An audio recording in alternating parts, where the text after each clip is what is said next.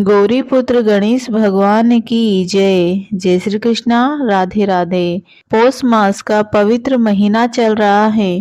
पौष मास का यह पहला शुक्रवार है, तो इसमें आज हम सुनेंगे संतोषी माता व्रत की कथा।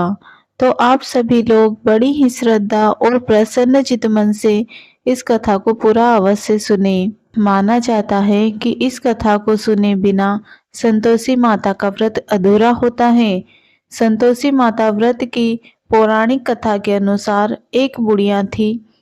उसका एक ही पुत्र था। बुढ़िया पुत्र के विवाह के बाद बहू से घर के सारे काम करवाती, परंतु उसे ठीक से खाना नहीं देती थी। यह सब लड़का देखता, पर माँ से कुछ भी नहीं कह पाता। बहू दिन भर घर का काम करने में लगी रहती। उपले थापती, रसोई करती, बर्तन साफ करती, कपड़े धोती और इसी में उसका सारा समय बीत जाता। काफी सोच विचार कर एक दिन लड़का माँ से बोला, माँ, मैं परदेश जा रहा हूँ। माँ को बेटे की बात पसंद आ गई और उसे जाने की आज्ञा दे दी। इसके बाद वह अपनी पत्नी के पास जाकर बोला, मैं परदेश जा रहा हूँ, अपनी कुछ निशानी दे दो। बहू बोली, मेरे पास तो निशानी देने योग्य कुछ भी नहीं है। यह कहकर वह पति के चरणों में गिरकर रोने लगी। इससे पति के जूतों पर गोबर से सने हाथों की छाप बन गई। पुत्र के जाने के बाद सास के अत्याचार बढ़ते गए। एक दिन बहू दुखी होकर मंदिर चली गई। वहां उसने देखा कि बहुत सी स्त्रियां पूजा कर रही थी।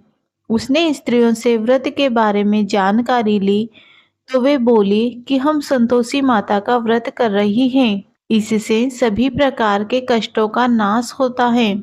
स्त्रियों ने बताया, शुक्रवार को नहा धोकर एक लोटे में शुद्ध जल लें, गुड़ चने का प्रसाद लें तथा सच्चे मन से माँ का पूजन करना चाहिए।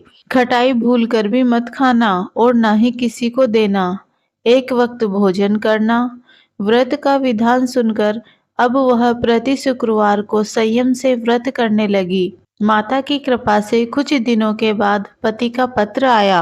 कुछ दिनों बाद पैसा भी आ गया। उसने प्रसन्न मन से फिर व्रत किया तथा मंदिर में जा अन्य स्त्रियों से बोली, संतोषी माँ की कृपा से हमें पति का पत्र तथा रुपया आया है।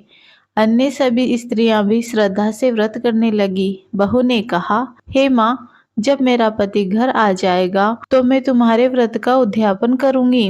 अब एक रात संतोषी माँ ने उसके पति को स्वप्न दिया और कहा कि तुम अपने घर क्यों नहीं जाते। तो वह कहने लगा, सेठ का सारा सामान अभी नहीं बिका, रुपया भी नहीं आया है। उस लड़के ने सेठ को स्वप्न की सारी बात कही तथा घर जाने की इजाजत मांगी, पर सेठ ने इनकार कर दिया। माँ की कृपा से कई व्यापारी आए, सोना चांदी तथा अन्य सामान खरीद कर ले गए। कर्जदार भी रुपया लौटा गए। अब तो साहूकार ने उसे घर से जाने की इजाजत भी दे दी। घर आकर पुत्र ने अपनी माँ व पत्नी को बहुत सारे रुपये दिए। पत्नी ने कहा कि मुझे संतोषी माता के व्रत का उद्यापन करना है। उसने सभी को न्योता दे उद्यापन की तैयारी की। पड़ोस की एक स्त्री उसे सुखी देख ईर्ष्या करने लगी थी। उसने अपने बच्चों को सिखा दिया कि तुम भोजन के समय खटाई जरूर मांगना। उद्यापन के समय खाना खाते खाते बच्चे खटाई के लिए मचल उठे, तो बहू ने पैसे देकर उन्हें बहलाया। बच्चे दुकान से उन पैसों की इमली खटाई खरीदकर खाने लगे। तो बहू पर माता ने कोप किया। राजा के दूत उसके पति को पकड़कर ले जाने लगे। तो किसी ने बताया कि उद्यापन में बच्चों ने पैसों की इमली खटाई खाई है। तो बहू ने पुनः व्रत के उद्यापन का संकल्प किया। संकल्प के बाद वह मंदिर से निकली तो राह में पति आता दिखाई दिया। पति बोला, इतना जो धन कमाया है उसका कर राजा ने मांगा था। अगले शुक्रवार को उसने फिर से विधिवत व्रत का उद्यापन किया। इससे माता संतोषी प्रसन्न हुई। 9 माह बाद चांद सा सुंदर पुत्र हुआ। अब सास, बहू तथा बेटा माँ संतोषी की कृपा से आनंद से रहने लगे। बोलो संतोषी माता की जय। हे संतोषी माता, जैसे आपने उस बहू की सभी मनोकामनाएं पूर्ण करी, वैसे सभी की करना। बोलो संतोषी माता की जय।